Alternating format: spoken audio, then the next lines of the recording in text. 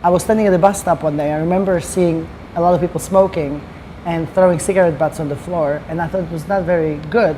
So I went and took a plastic bag, picked up all those cigarette butts, came to school and made a school board that said, you know, smoking is not good, or it's not healthy.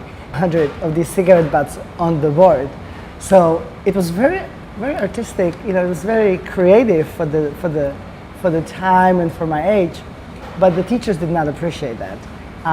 They were communist teachers. There was no room for creativity. There was no room for deviation. You know, everybody was sort of, you know, growing up to be a little communist, thinking of Russia as our savior. And I did this unpredictable act of saying that smoking is bad when during communism, smoking was encouraged as a way of relieving stress. There were actually, you know, magazines printing guides for pregnant women that if they smoke a little bit, you know, they can help get through stress. It was a different time. It was normal. So nevertheless, the school took the board down and, you know, talked to me that that's not acceptable. Called my parents in, and my mom, who was not a communism, she was actually anti-communist, you know, did not like that and got into a conflict with the school.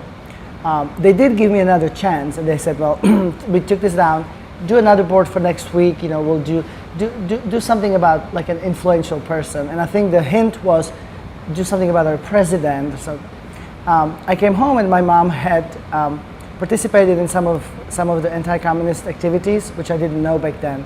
So she was doing a lot of typing at night.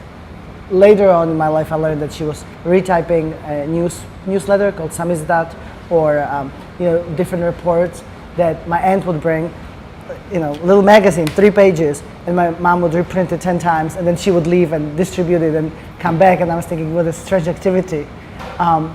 Anyway, she had a magazine there from Germany with a picture of president on a horse, and I thought the pictures were so beautiful, and I looked through it, and it said something Reagan, American president. So I took the magazine and I cut out all these pictures from the magazine and brought it to school and did a board about the President Reagan. Of course, at the time I didn't know what exactly it meant, but it was not a good thing. Reagan was not a celebrity to be celebrated in a communist school in Czech Republic in Ostrava, and this was my second board that did not go very well. So after my Reagan board being posted, I was expelled from Pioneer.